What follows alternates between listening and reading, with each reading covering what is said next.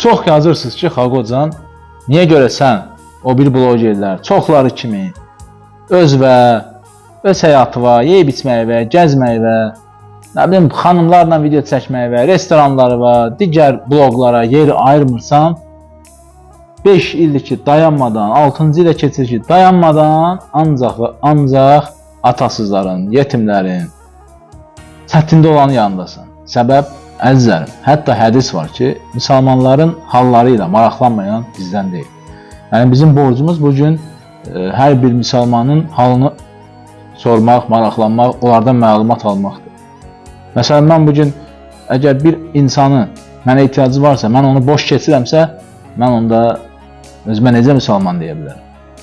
Yəni, bizim hamımız bir cəsəd, yəni bir bədən kimi olmalıyıq. Əgər bir bədən kimi olsaq, bir-birimizə əl tutsaq, bir-birimizi